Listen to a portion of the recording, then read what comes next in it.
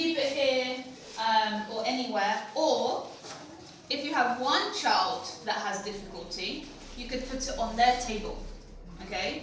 You just have to remember to change every time you change the activity to swap these over. So I've given you some of these that I thought were general, but you can make your own, like I said, okay? But I've put, for example, drink, the story, reading, what else have we got here? Time to talk, there's a listening, time to listen. So maybe the children are talking too much, so you can just go back and say, now it's time to listen. So it's a visual, it's not just you saying it, but it's a visual, so if they don't understand English very well, or if they have difficulty with hearing, or difficulty with understanding, they can look at that and, okay, I need to be quiet, I need to listen. So this, all the visual helps. Is this good so far? Yeah? So this is all the visual stuff. Same with the emotions. So for example, this you can make more of these. I'll get this out actually. So you don't have to. This one. There we go. So when the children come in, they can just put what they feel. So they don't have to say, I'm sad or I'm angry. They might not want to say, or they might not be able to say what they feel, but they can look at the little monsters and they can say, oh, I think today I'm angry, or today I feel sad because that one's crying. And they can just do it, like put it on. They don't have to say it, but you will know what they're feeling, okay? And then you'll know that day, actually, their behaviour isn't great. It's because they're feeling sad or they're feeling worried. So that's also a visual that will help with that. And then the other thing was, which I saw the blocks, which you can do with anything. So I'm leaving these for you, okay? So you can use these however you want. But you can teach using these as well. So if you had, for example, like role play, so you can say, oh, I'm just using the colours because that's what you were teaching today. But you can say, give him a name, and you can say, can you get him to go to the blue boat? So it's more of them thinking about him going to the blue boat, rather than them getting anxious or worried that they'll get the wrong answer.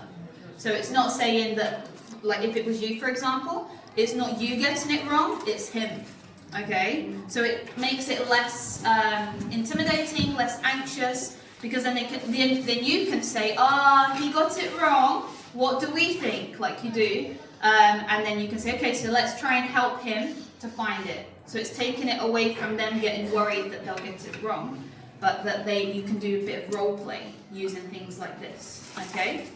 So I've got those for you.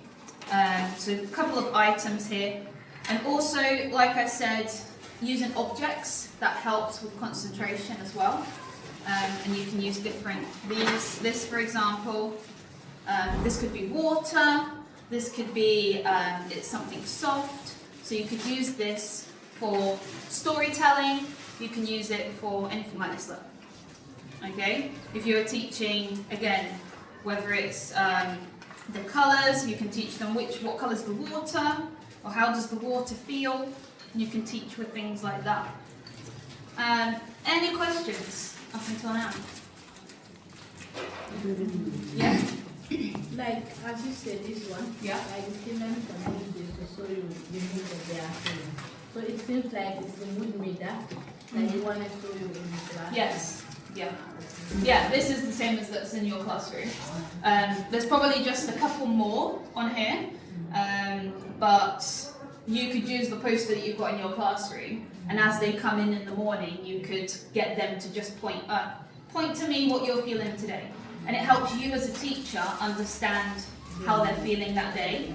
So if you've got a child that's really tired, and they come in and they point that they're tired, and then that day they're not concentrating very well, you could say maybe it's because they're tired today. Where they might come in happy, and then that day you have a really good day because they're happy. You can just judge how the children are on each day. Yeah? Okay. Any other questions? Can you see yourselves using this? Is it helpful? Yes. Yeah? I'll show a few more things.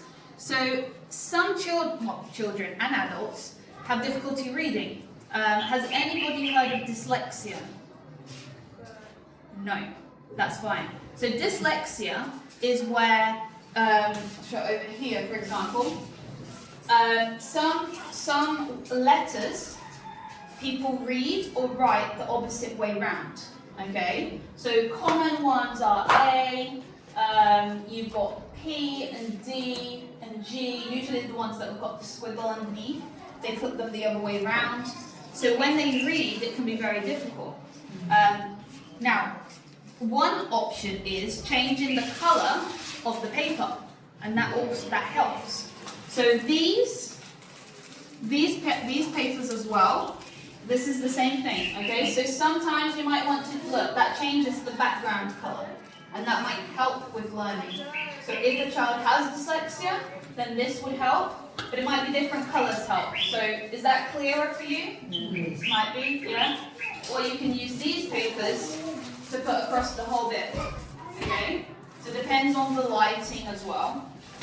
So these are big, or if you have a storybook, then you put that on the line. See if we've got probably like, so these small words here, okay? So it goes like this. And this grey blocks the next line so that they can follow along on the same line. If you were to, I guess I could use it here, not yellow on yellow then. So like this, can you see? I'll pass this round. So top line. You can't see this line underneath, so it helps follow along the line without jumping from line to line.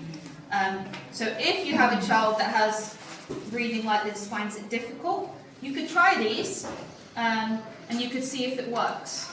Okay? So I'll leave loads of these, depending on the colour of the paper, the colour of what you're going to use there. Okay? So that's for some children that have difficulty reading. So that's for reading. This would be for, well, emotions, but visuals are for people that have difficulty with speech. Yeah? And then I think I've spoken about most of this. Let me see what I wrote down here.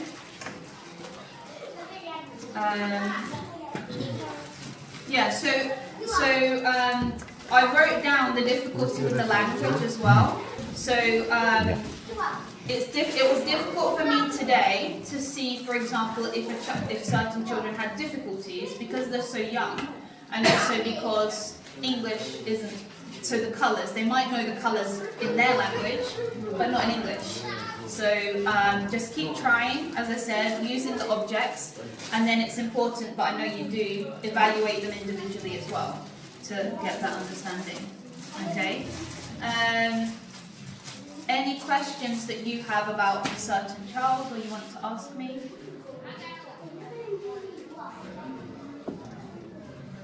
Like in the case that the child is sad, is that correct? Is it correct to make that child happy at that right spot? Because when these people were in my class observing, the child was sad. Right. Then I tried to tell the kids to feel for the child to be happy. They told me that no, you should allow the child to be stressed in order to reduce the stress out. If not, if you make her happy, the stress will remain stay inside. Yeah. So what you can do, so something you could add to your poster is, okay, if I'm feeling, where is sad here? If you're feeling sad, so you can work with the children, what can I do when I feel sad? So you're not necessarily saying, you're sad. No, let's be happy. And then overstimulate or overdo it and say to all the other children, let's make this person happy. Okay, it's no, you feel sad. Why do you feel sad, if they want to say? And then you can say, what can we do when we feel sad? Okay, maybe we can have some quiet time. Maybe we can have a talk to somebody. Okay, so maybe it could be, when I'm feeling sad, I can talk to my teacher about it. Okay, so it's giving them ideas of what they can do when they feel these things. So, for example, angry. So let's say a child comes in and they say they're angry. Are you going to be like, okay? No, you're going to say, okay, so if you're angry, what can you do? Okay, you might have a soft toy. You might have a soft toy that you can say, okay, so when you're angry, you can give a big squeeze and let out that anger. Some children, maybe not at school, but at home, if they're angry, they might throw things. So you would redirect them and say, well, we don't throw tables and chairs, but what we can throw is a ball outside. Okay, so, okay, you go over there, throw the ball, and come back. Try and release. So anger is, we have to release physically. So work with the children. You can do that as a lesson. What can we do? Find one thing that we can do for each zone, each emotion. Yeah, is that helpful? Yeah. Or you could do with the children to say, for example, when someone's sad, what can we do as a class? We could sing them a song, or we could give them a hug. You have to decide what's appropriate for you. Okay? Yeah? Any other questions? Let's see if I wrote anything else down. I put model language, which is what you are doing. So if a child has difficulty speaking, then, for example, blue, so they can point to it, because when I said if they can't speak, you get them to point. So which one's blue? So they can point to it. And then you always model the language. So you go, okay, blue, and then give them some time to process that information. So then, even if they go, but always you were doing this. So you do model the language, and also give them time to be able to respond to that. Okay, yeah. If you can, for speech, it's probably ideal, as I said, if you can, to have some one-to-one support. So even if it's 5 minutes in that day, just go to the one child. So maybe the assistant can do that. You can go to the one child and you can just help them. Blue, and whatever you're teaching, yellow. So start with it, yellow. And then 5 minutes every day, they might be able to build that up. Okay. So yeah, model language and with the pointing. If you give them 2 options and they keep getting it wrong, then you could use. So one way of doing it, I'm going to use you this time because I keep using you. So for example, if I say which is the blue one and you don't know, okay, then I might go which is the blue one. So I'm supporting by putting it nearer to her so she gets it right. So that you're not always saying no. Okay, so I'll go which is the blue one. You're going to go for the one that's nearest to you, right? So she gets it right, so then I'll bring it closer again. And I say, okay, which is the blue one? Okay, well done, you got it right. But she could have got it wrong again, so then you do that again, okay? 3 times, 4 times, and then try again, see if she gets it correct, okay? And then hopefully then you can build from there. Does that make sense? Yeah? So it's trying to be, in a positive way, supporting children that have difficulties with the learning. Yeah? Yeah. Pick up the blue one, yeah. But if she always goes for the wrong colour, then a way of making it so that she gets it right, because if she keeps getting it wrong, then she might become anxious, she might not ever want to answer your questions, so you just go like this, okay? Or you could use hand over hand, so that would have to be on the table. So if you go, okay, which is the blue one? And you point, yeah? Okay, so then I might mix them up, and I'll point again, which is the blue one, or I'll hover around the blue one, and then you get it right again. And then the 3rd time, I'll step back and see if you understood. Now, which is the blue one? And hopefully, you get the right one. And if not, then I have to support, it's adding support so that you get it right to build in a positive way. Yeah? Does that make sense? Yeah? Okay, any questions?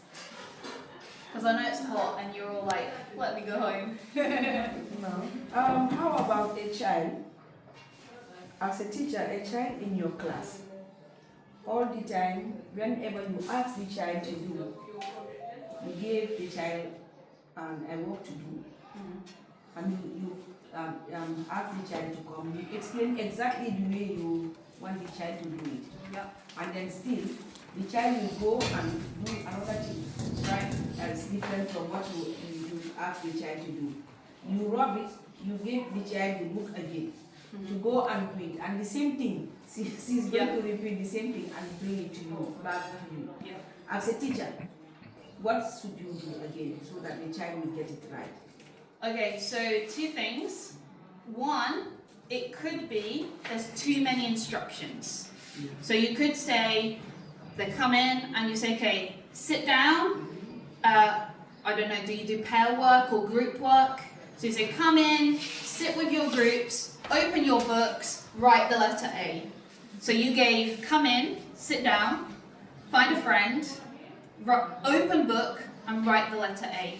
And a lot of children, autistic children, that's too many instructions. What they need is less, which is where this comes in, but this is more routine.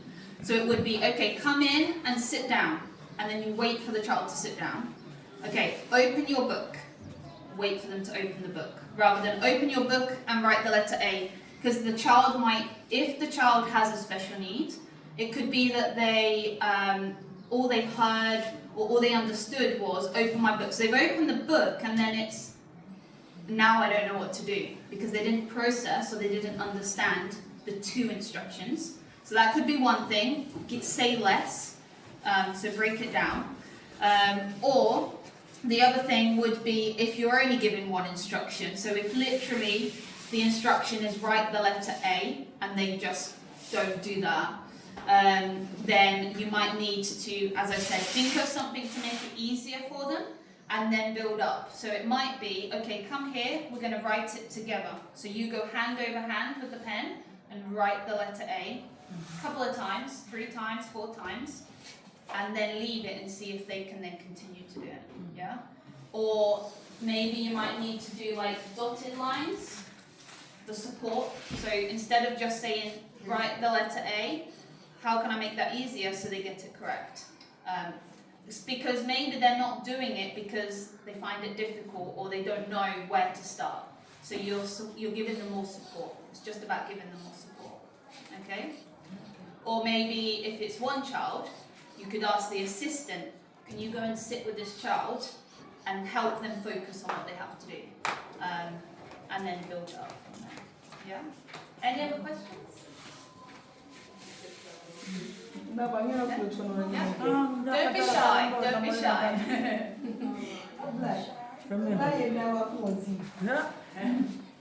Well, what we're going to do is we'll be back, won't we, Jill? Yes. Yeah. Maybe this week, certainly before we go home.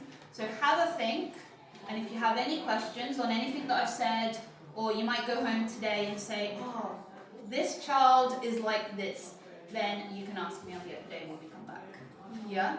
So if you've got any questions, if you want to write it down, or when we come again, you can just ask me, or point out the child and say, what do you think? Yeah. I don't know, Jill, do you think there's anything coming? Yeah, just turning the question round the other way. Okay. Are there any barriers that you think are not where you're not going to be able to use this in the classroom? Yeah. What are the challenges? What do you think? You know, is there anything we can give you advice on where you think, yes, I can identify that child.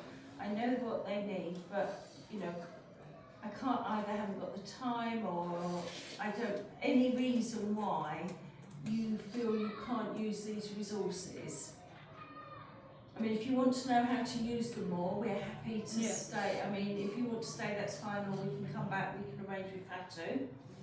Yeah, is there anything that you think may stop you using the resources? Because they're there for you to use. No? Hopefully see you Yeah. using them then. So that I didn't mention the tray. So this little tray, that tray as well I'm leaving. So this, for example, you could it's just another way, you could put some sand in here. You could do get them to write the letters with their fingers. I'm sure you probably do that outside. So you can bring this, you can put other stuff in here. It's just something big you can put on the table to do whatever you're doing bigger, especially letters and numbers for the writing. They can do that in the classroom, bring the sand in. You can use that for that as well. Or again, role play, using things like these, like pointing as the lion's going to learn today. What can the lion do? Let's help the lion, and that gives them a bit more encouragement as well. Yeah. Okay? Yeah? All good? Yeah? So you can take these home then. Did you all get one? You got a question? Yeah. Yeah, go on. What if there is a girl in our class, she used to stammering. So sometimes even if you ask her a question, she may know the answer, but she is scared of talking, like others may laugh at her. So how are you going to handle that? So with like a stammer, you could, so she might get really anxious, and that's why that's happening. So try and think of something that will help her relax and be calm to be able to answer. Not just children that might have that, but children that get shy, children that are shy. They might be like, I don't want to speak out loud. So what can you do to help her? Maybe that child won't be able to feel comfortable to say the answer out loud, which is when you could say, tell the assistant or tell the person next to you. Make it smaller rather than having to say it in the whole class. Or it could just be a toy. So, when she's holding the lion, she feels a bit more, she's not vulnerable. She's not like open, but she's hiding behind the lion and she can say it a little bit better. It's just trying to help, because that is, sometimes it might be a bit automatic, but trying to keep her calm so she doesn't get afraid or worried that she's going to stammer or say the wrong word or say it wrong, and then children will laugh at her. Okay, well, are they free to go? It's up to you. So there's just something which I thought were really good, were your bands. Oh, yeah, I didn't mention these, did I? So there's two of these. So if you have a child that is sitting down and they like to swing their legs, yeah? And they might swing their legs, because the tables are low in the other one, right? And they might swing their legs and hit the table or kick the person next to them. So what these are, now there's only two, but you could use rope, you could use whatever you want, and they go on the chair like this. I have to come over here to put it on. Okay, so they go like this on the chair. So when, you might not be able to see back there, but I'll do it like this. So let's say this is my leg. So instead of flicking my leg like this, the legs will be behind, so they can still kick, but it doesn't mean that their leg comes up and kicks the table or kicks the person. So children that have special needs, that might have a disability as well, that is automatic. As much as you say, stop kicking, they will, because it's automatic. You know when we get nervous and our leg starts doing this, and we go, right? It's the extreme of that, it's a lot more. And so this means that child can still do that, especially if it's a sensory condition, but it doesn't distract the whole classroom, okay? So if you can see here, like my legs will be here, and I can still do this, okay? I'm probably put it higher, like there. So I can still move, but the noise isn't distracting the other children, okay? So you might have a child that happens. You have to get out of the chair as well. So yeah, anything that you can put around the legs of the chairs, and so it means that you're not having to tell the child off all the time if it's a special need, There are some children that you can say stop and they will. But if you feel like all year you're saying stop and the child doesn't stop, then think, oh, maybe it's a special need, maybe the child needs to do that. And then you can support them by doing this, okay? I think I mentioned most of the other things. Can I ask a question to the team here as to if you observe that a child has got either a sight they're not seeing very well or they're not hearing very well, what can you do about it? Is there a wider network that you can tap into? Is there, we call them outside agencies, so are there people that can come in and give you special training for that child? Yeah. The Ministry of Basic and Secondary Education has allocated in every region special needs observers, that's their monitors. They normally go around to schools. Yeah. So this time we received them twice at the school. The man came, she went round to the classrooms. Then she happens to come across with 3 children. She told me that they are having eyesight problem. So the other one, the eyes were red, and then I invited the mother at the school. So the mother said they were using a local treatment because they started at the hospital, but she was told that the hospital cannot cure it, so she has to go to this herbalist. But the man that came told me that the red eyes can be cured at the Canifing General Clinic, where they normally have eye cases. Yeah. So that man referred the lady to took the child there. And there were also 2 girls in the classroom there. So she advised me to tell their parents to go there so that they could get a lens. Because the man normally comes. She's also a special needs. She used to come there to observe the children with hearing and also with vision problems. Yeah. Because it's very difficult, as you can imagine, just coming in for half an hour or an hour. Yeah. But you are the first point of sort of contact. You're the one that are with them 4 hours, 5 hours a day, and can pick these things up. And I just wondered, who do you go to? Who do you report back to? So you now do have a special needs agency that will come round. Yes, and help you and give you advice if you've got children. Yeah. But remember also, that's good, but you're the like Jill said, you're the teachers that are with them every day. So when they do come, make sure that you tell them everything that is happening with the child. Because in an hour, like for me this morning, it's a very short time to be able to say a child has special needs. So you make sure you do tell. If there's if there are a lot of different things with the child, maybe make a little diary so that when these people come to help you, that's what you do. They also observe the children. They do observe their kids in the classroom. Because I could once remember there was a case also whereby there was a particular child, since the child has been in that school. So the child, all the time when the teacher gave them the book to write, she will bring the book back to the teacher and tell the teacher that, beat me, I cannot do it, beat me. Yeah, so you see, because the child is used to that since at home. Right. So the teacher has to invite the parent and ask them. Yeah. So what they told the teacher that the child is very stubborn at home, so he has been used to the child every time they used to beat the child. So the teacher has to use another method so that the child will change.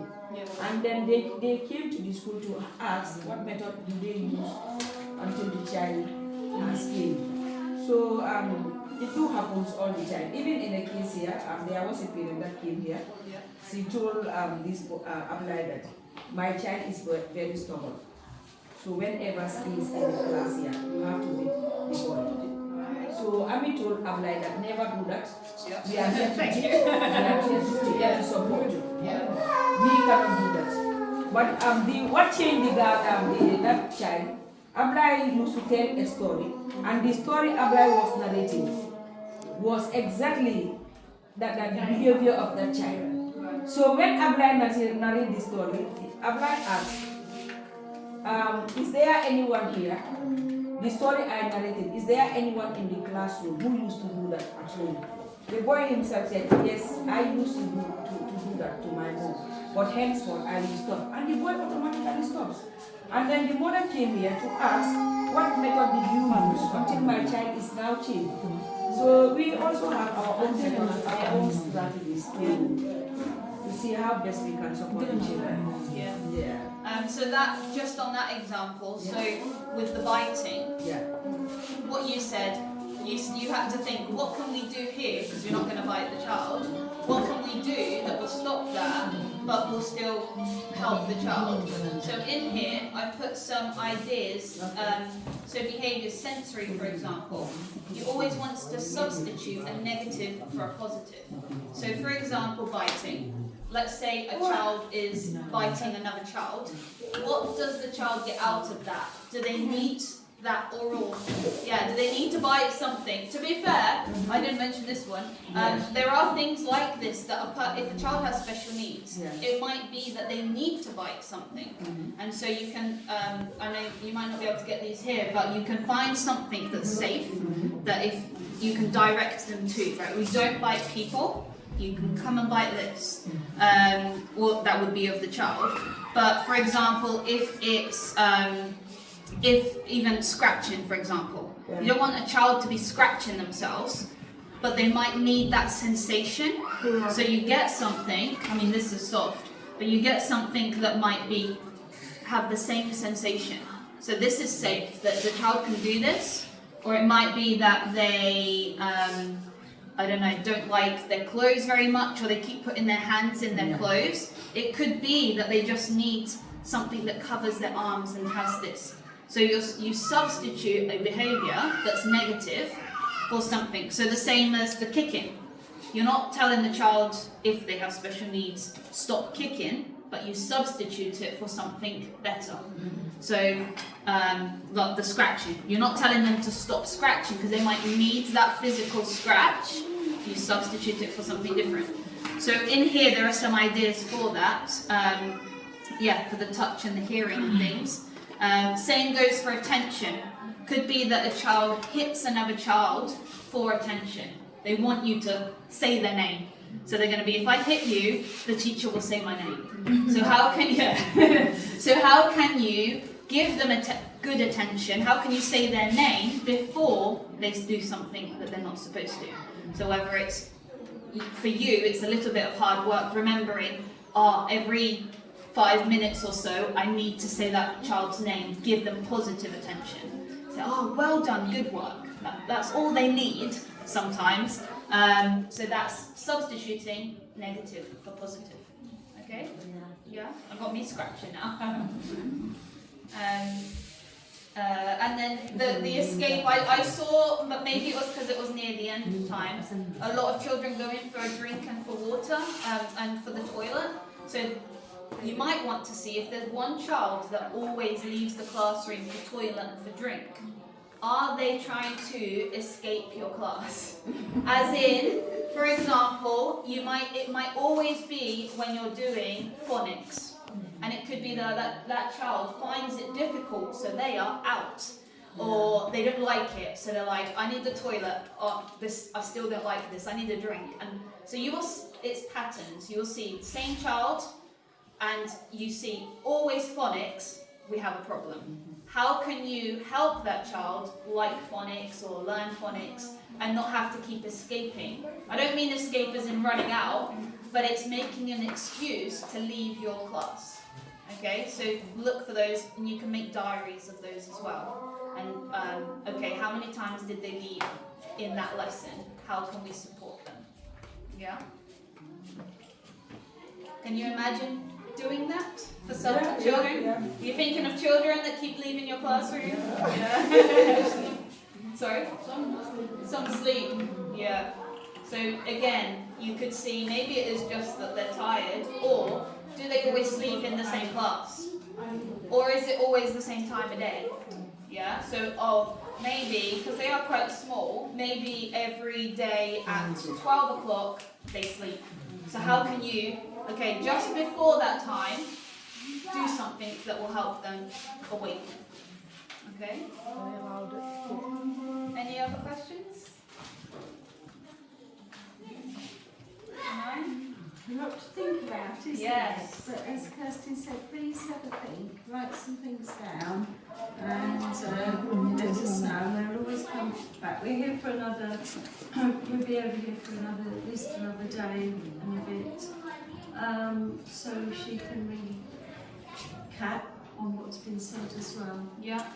And as I said, go through this, and you have your phones, you can look up like more about sensory if you think, oh, that's interesting, because I've only spoken for a little time, so go and have a look at more things if you feel that it could help the children in the classroom.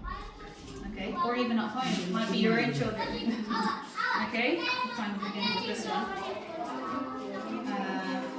Where are we? Yeah, here's explaining the picture boards. Okay, so do have a look at this, and I'll leave it for you. Okay, and I'm around now as well, so if you want to just come and have a chat with me. Okay? Yeah? Is that alright? Now I have a question to ask you. Yeah. You know the driving of the chair, you use the other road for the child's lesson. What if you have a particular child in the class who normally puts the leg up of it every time? Up on the table. On top of the chair, where he or she is sitting. The legs are always up. Right. So, and you try to always say Yes. down. Yes. Is their chair, when they do that, is their chair like balancing like this? Or is it firm on the floor? Firm on the floor. Okay, because I was going to say, if they're doing that, but their chair is rocking, it could be that they need that movement.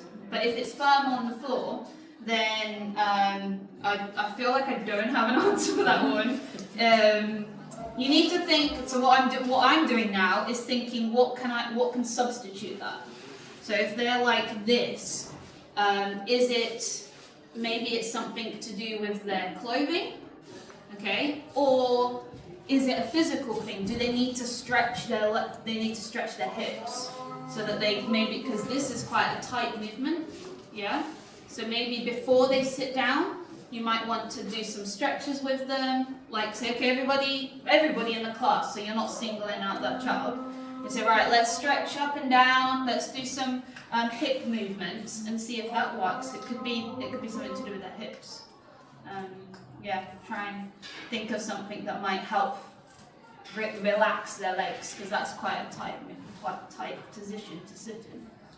Do you think if you sort of had the band there, just so that she put her legs, help bring the legs down? yeah, so that if she sits there and tries to put her legs behind the bands, whether it's just a habit, yeah, or whether that she's got tummy pain or something, because is it every day all the time? Yes. If you remind him, that's the time he put the legs up. But when you are on thing and doing another thing, the legs are always up. Yeah. Sometimes he even use the big toe to put it in the mouth. If you don't want it right now, this is how he sits. But when you say put it down, he will put it down. Yes, so he can do that. Yeah, he might be doing it without even realising. It could be a habit. I mean, children, he's in your class, so he's a little one, isn't he? Yes, Yeah. Yeah, so it might be that he's not feeling very comfortable and confident at the moment, and you're going back to like the fetal position when you're a baby, and sort of you're like that, and he wants to just be close to feel a bit safe maybe. And he will grow out of that, I'm sure, because he can put his feet down when you tell him to. Just need to make him aware of how he's sitting. Yeah. Maybe that child wants to sit on the mat. Yeah, yeah. Because when you sit cross-legged, then it's a different position completely, isn't it? Yeah. Are you thinking of all the children now? Yeah. A lot is learned from home as well. They're not used to coming in, especially the little ones, Yeah. into a school environment. And I don't know whether you may not have a chair to sit on at home, even as you said, Abby, that you're sitting cross-legged at home a lot of the